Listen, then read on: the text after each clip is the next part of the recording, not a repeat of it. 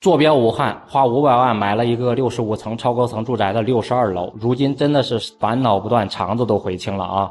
说起来都是心酸心酸一把泪呀。住了1年多，真的是想逃离超高层这个贫民窟啊！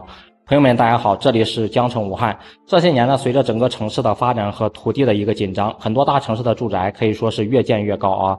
最近这几年呀，谈起国内哪个城市的摩天大楼最多，尤其是超高层住宅，肯定很多人呢第一时间都会联想起北上广深这些一线城市。然而上真的是事实上呢，这些城市呢并不是超高层住宅最多的，排名第2了就是我们现在所处的武汉。大家知道第1名是哪个城市吗？可以猜猜看啊，在评论区里面留言告诉大家。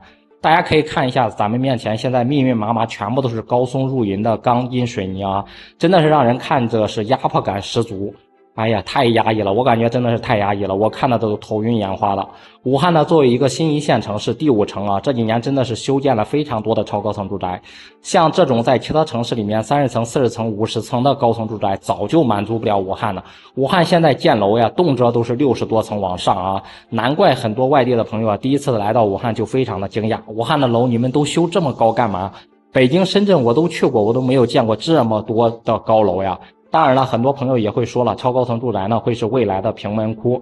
那么住在这样的大楼，究竟会有一种什么样的体验呢？昨天呢，我们就和一位朋友深入的聊了聊啊，聊了很多，聊了几个小时。他说呢，他想把他屋里62层的房子给卖掉，他才买了个1年多啊，住了不到1年，当时是冲动买了62层，花了将近500万。大家觉得是不是不可思议？就这种超高层花了将近500万啊，入住了不到1年的时间，真的是天天提心吊胆。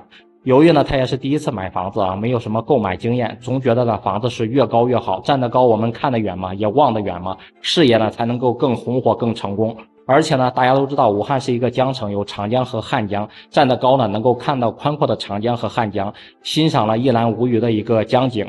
当时呢完全没有想到啊，自己将来自己的小孩呢要住到这套房子里面，爸妈呢也是要跟着住过来的。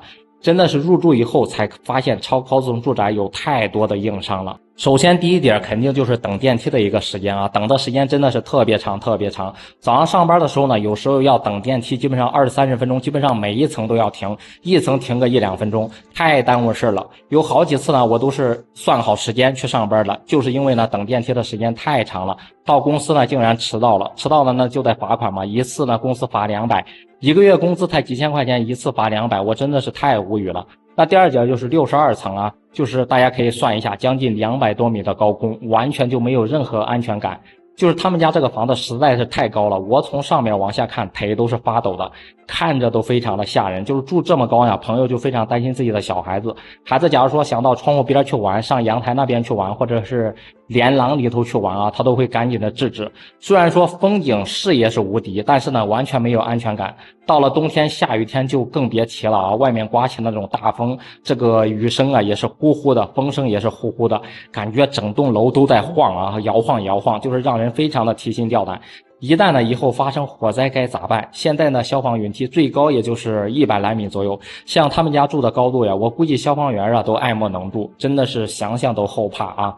那第3点，这一点是最让人头疼的，像这种超高层住宅，大家有没有想过万一停电了怎么办？万一停电了，自己要从60多层爬下来呀，200多米呀，年轻人都要半条命，年纪大了那还不哭晕在楼道里面。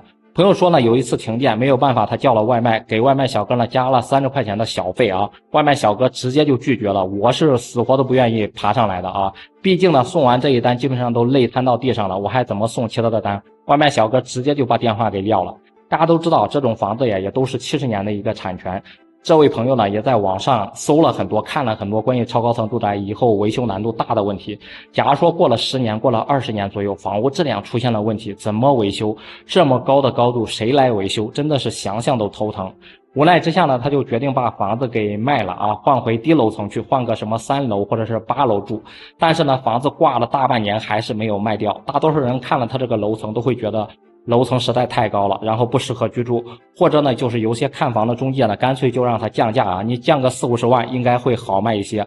真的是没有想到啊，朋友第一次买这种高层住宅竟然会是这种结局。现在呢他每天就是烦恼不断，真的是肠子都悔青了。不知道大家对此是怎么看的？大家在买房的时候会选择这种60多层的超高层住宅吗？欢迎在评论区里面留言讨论。